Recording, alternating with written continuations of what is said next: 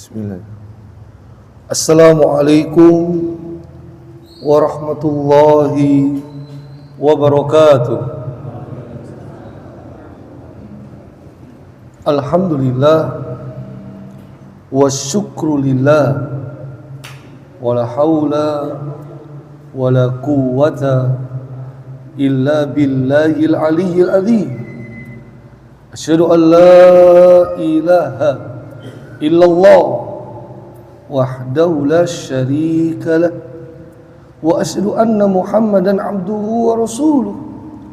Allahumma salli wa sallim wa barik ala nabiyyina Muhammadin wa ala alihi wa ashabihi wa man tabi'ahum bi ihsanin ila yaumiddin.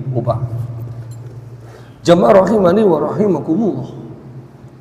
Setelah sebelumnya bahwa dakwah Nabi itu adalah tarbiyah pada masa-masa awal berdasarkan firman Allah Subhanahu wa taala, "Huwallazi ba'atsa fil ummiyina rasulan minhum yatslu 'alaihim ayatihi wa yuzakkihim wa yu'allimuhumul kitab wal hikmah wa in kanu min qablu lafi dhalalin mubin."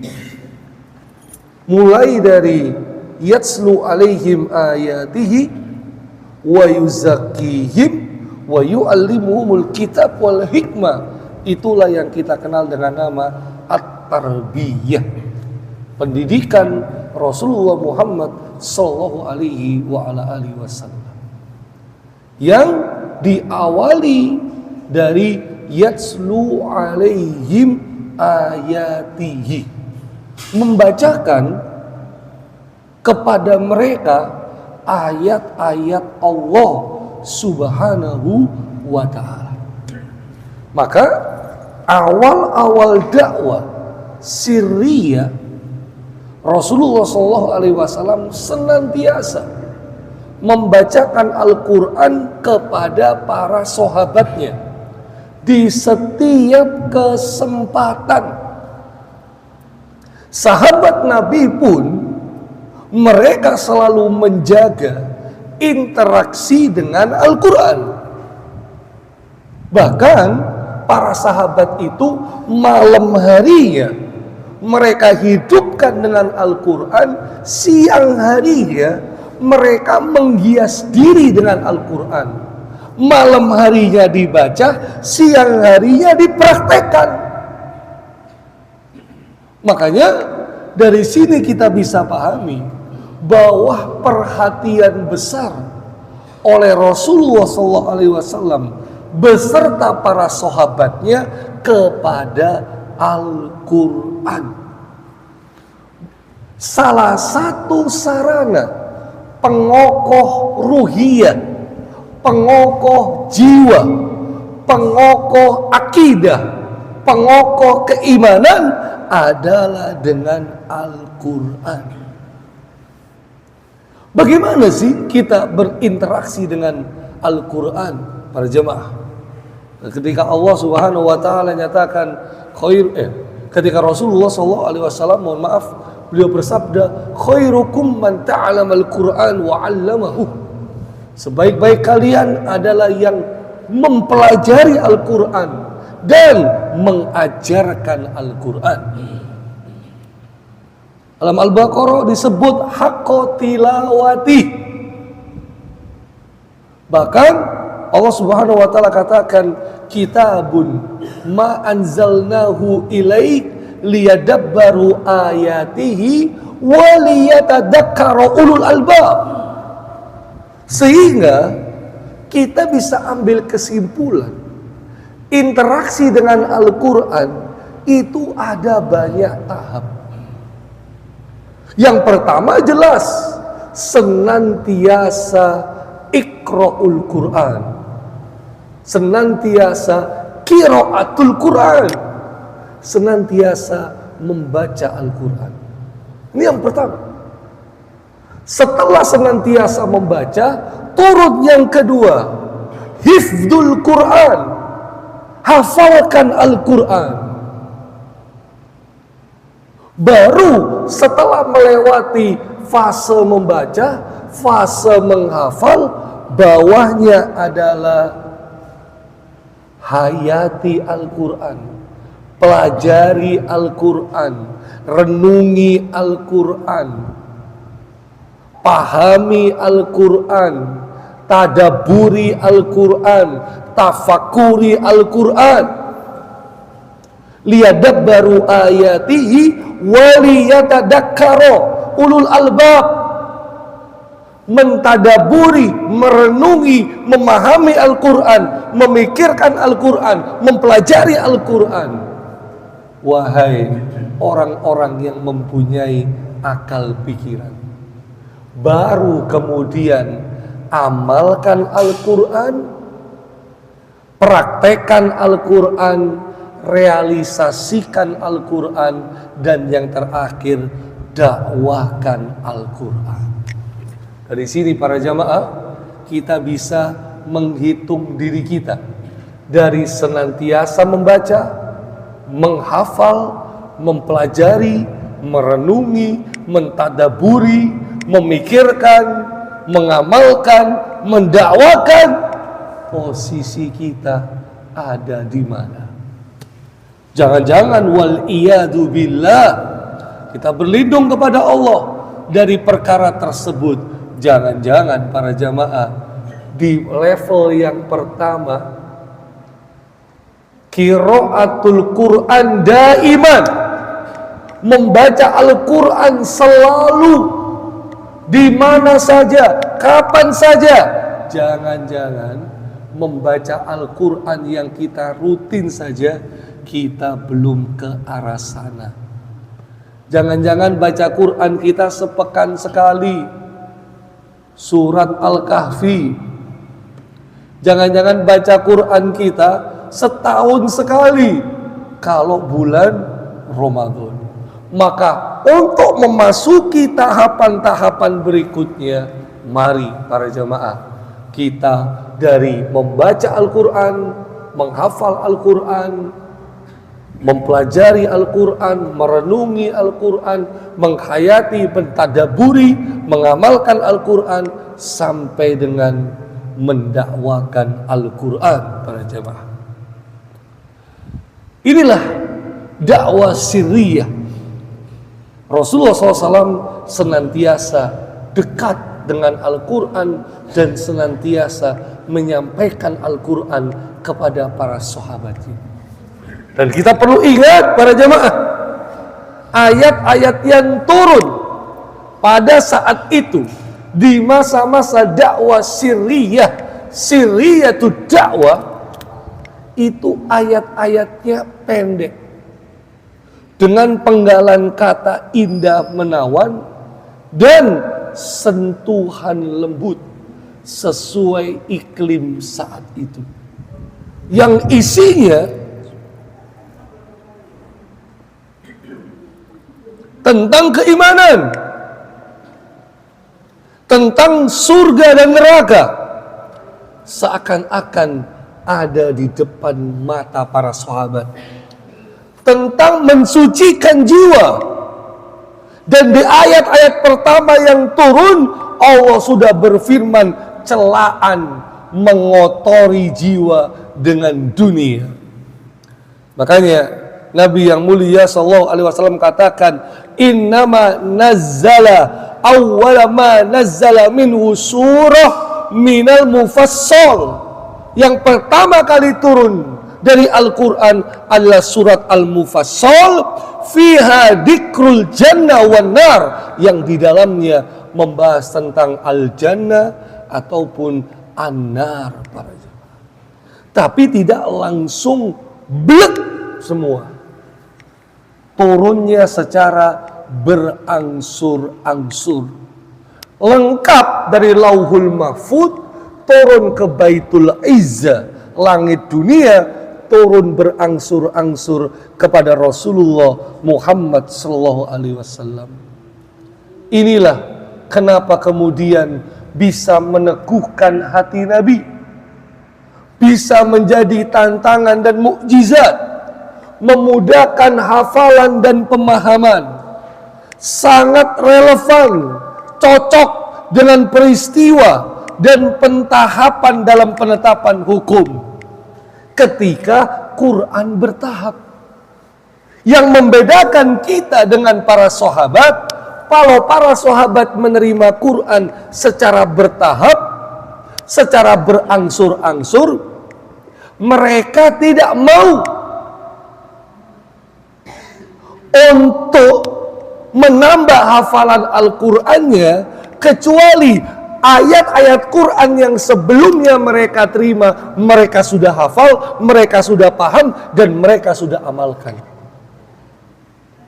Tapi hari ini kita nerima Al-Quran langsung blek 30 juz, sehingga terkadang kita bingung mana yang mau diamalkan terlebih dahulu.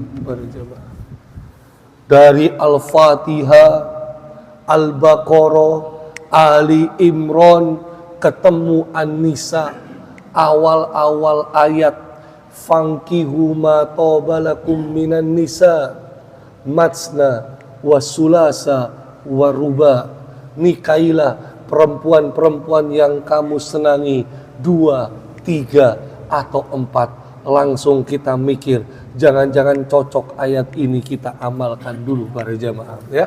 Ingat, ayat lanjutannya adalah fa in khiftum alla ta'dilu fawahidah. Kalau kamu tidak mampu berlaku adil, maka cukup satu saja. Para jemaah, inilah ayat-ayat yang turun di awal dakwah. Surah yang kita baca ketika sholat subuh tadi, yaitu keliru. Surah At-Takwir setelahnya. Surah At-Takwir yang turun awal-awal. Idza syamsu kuwirat wa idan nujumun kadarat wa idal jibalu suyirat, al-ayah, dan seterusnya para jamaah. Sampai-sampai, tapi ini masih masuk para jamaah, ya. Tadi kita membaca Al-Infitor, jadi At-Takwir, Al-Infitor, Al-Insiqaq, ini berderet. Coba lihat, qala Rasulullah SAW, Rasulullah SAW beliau bersabda, man sarrahu an yandura ila yaumil qiyamah ka'annahu ra'yu ainin.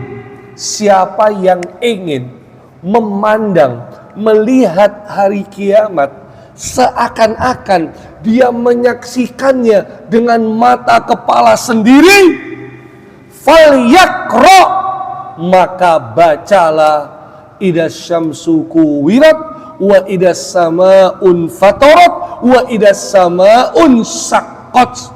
Bacalah surah At-Takwir, surah Al-Infitor, dan surah Al-Insyiqaq. Jadi ayat-ayat yang ada di juz yang ke-30, juz yang jadi favorit kita karena kita hafal para jamaah, ini kebanyakan ayat-ayat yang berbicara tentang kiamat, berbicara tentang jannah, berbicara tentang nar para jamaah. Cuman lagi-lagi problem kita adalah begitu imamnya baca, wah ini sudah ayat-ayat panjang para jamaah. Apalagi kalau kita awali dengan An-Naba, An-Nazi'at, Abasa, ini udah ayat-ayat panjang. Padahal kata Rasul SAW, mau melihat hari kiamat, baca 3 surat yang berurutan, At-Takwir, Al-Infitor, Al-Insyiqaq. Mari kita coba cek saja. Misalnya surah At-Takwir, idza syamsu kuwirat, apabila matahari digulung. Sosok sahabat yang bernama Ibnu Umar radhiyallahu ta'ala an, ketika beliau membaca surah At-Takwir, baru saja ayat yang pertama, langsung beliau tersungkur, beliau tersujud, beliau tidak mampu lagi untuk melanjutkan sholatnya. Kenapa? Beliau langsung merenung ketakutan yang teramat sangat ketika baru memulai sholat dengan membaca ayat pertama surah At-Takwir. Idza syamsu kuwirat, apabila matahari digulung. Inilah kenapa membaca Al-Quran sangat penting sekali. Kita upgrade, tidak hanya dengan menghafalnya kemudian stop, tidak, Pak. Tetapi dengan memahami, mentadabburi. Dahulu ketika masa-masa SMS tadabbur Quran, khususnya di negeri Arab, ya, ketika dia mau melakukan maksiat, tiba-tiba dia dapat SMS berbunyi waliman khofa maqama rabbihi jannatan, dan barang siapa yang kemudian takut akan kebesaran Rabb-Nya, takut akan pembalasannya pada hari kiamat, maka untuk dia mendapat 2 surga. Seseorang ini setelah dia mau maksiat menerima SMS seperti itu, karena dia memahami makna Al-Quran, dia urungkan perbuatan maksiatnya. Kenapa? Dahsyatnya menerima Al-Quran. Qala Allah wa qala Rasul sallallahu alaihi wasallam. Inilah para jamaah yang mungkin bagi kita yang belum mengupgrade, Quran itu indah kita dengar, Quran itu nyaman sampai ke dalam jiwa kita, itu sudah prestasi yang luar biasa. Tetapi bagaimana kita naikkan supaya Quran itu benar-benar bisa kita pahami. Dan hari ini para jamaah, betapa banyak metode-metode, bukan hanya menghafal Quran, tetapi metode fahmul Quran, metode memahami Al-Quran. Kemari para jamaah, belajar online pun bisa. Bahkan di beberapa tempat saya melihat mereka yang sudah berusia mau kuliah lagi, mengambil jurusan IAT, ilmu Al-Quran dan tafsir.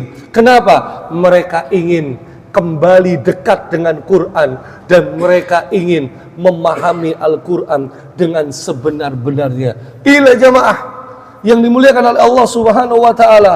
Kenapa kemudian Al-Quran sangat penting, sangat erat dengan baginda Nabi yang mulia sallallahu alaihi wasallam dalam sirriyatud dakwah, dan beliau gunakan itu untuk senantiasa mendakwahkan Al-Quran. Maka bagaimana mungkin dakwah ini bisa jalan kalau tidak kita mendekat kepada Al-Quran? Bagaimana mungkin dai bisa berdakwah dengan sempurna kalau Al-Quran tidak kemudian diteruskan, dilanjutkan, dijadikan prioritas dalam dakwah? Jamaah yang dimuliakan oleh Allah Subhanahu wa Ta'ala, kita perlu ingat dalam sebuah hadis riwayat Imam Muslim, Ahmad, Abu Dawud dan Tirmidzi, diriwayatkan bahwa dalam 2 sholat Idain dan dalam sholat Jumat, Rasulullah sallallahu alaihi wa ala alihi wasallam, beliau senantiasa pada rakaat yang pertama membaca surah Al-A'la, dan rakaat yang kedua beliau membaca surah Al-Ghasyiyah, para jemaah. Nah, inilah surah Al-A'la, para jemaah. Ketika ada riwayat an Uqbah ibn Amir qal, dari Uqbah bin Amir dia berkata, lamma nazzalat fasabbih bismi rabbikal adim, saat diturunkan ayat fasabbih bismi rabbikal adim, surah Al-Waqiah ayat 74, qala Rasulullah sallallahu alaihi wasallam, Rasulullah sallallahu alaihi wasallam bersabda, ij'aluha fi ruku'ikum, jadikanlah bacaan ayat ini dalam ruku kalian. Benar para jamaah ya. Subhana rabbiyal azim atau subhana rabbiyal azimi wa bihamdi atau subhanakallahumma rabbana wa bihamdika Allahumma ighfirli, dan sekian banyak bacaan ruku.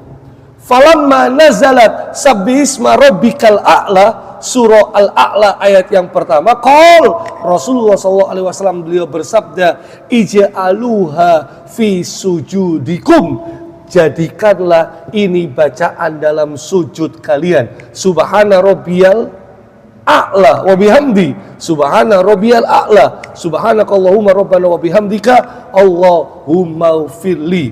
Maka di sini para jamaah menunjukkan bahwasannya ada yang namanya surah Al-A'la, yang ini nanti jamaah yang dimuliakan oleh Allah Subhanahu wa taala erat sekali kaitannya dengan yang Rasulullah sebutkan tadi, yaitu yang Allah firmankan sebelumnya, yatslu alaihim ayatihi wa yuzakkihim. Kalau yatslu alaihim ayatihi, membacakan ayat-ayat Quran kepada mereka, sudah kita bahas sebelum ini. Tinggal yang wa yuzakkihim, dan mensucikan jiwa-jiwa mereka, karena dalam surah Al-A'la ada ayat yang mirip, qad aflaha man tazakka wa dzakara isma rabbih fasalla. Sungguh beruntung orang-orang yang membersihkan, yang mensucikan jiwanya. Inilah yang kemudian kita kenal dengan nama tazkiyatun nafas, yang menjadi misi para nabi dan rasul. Apa makna tazkiyatun nafas? Apa sarana tazkiyatun nafas? Bagaimana hakikat taswiyatun nafas? Apa tingkatan tazkiyatun nafas? Insya Allah nantikan episode-episode selanjutnya. Hadanallah wa iyyakum ajmain. Wa sallallahu ala nabiyina Muhammadin wa ala alihi washabihi wasallam. Wa akhiru da'wana anil hamdulillahi rabbil alamin. Nasrun minallah wa fathun qarib. Wa lafu minkum. Assalamualaikum warahmatullahi wabarakatuh.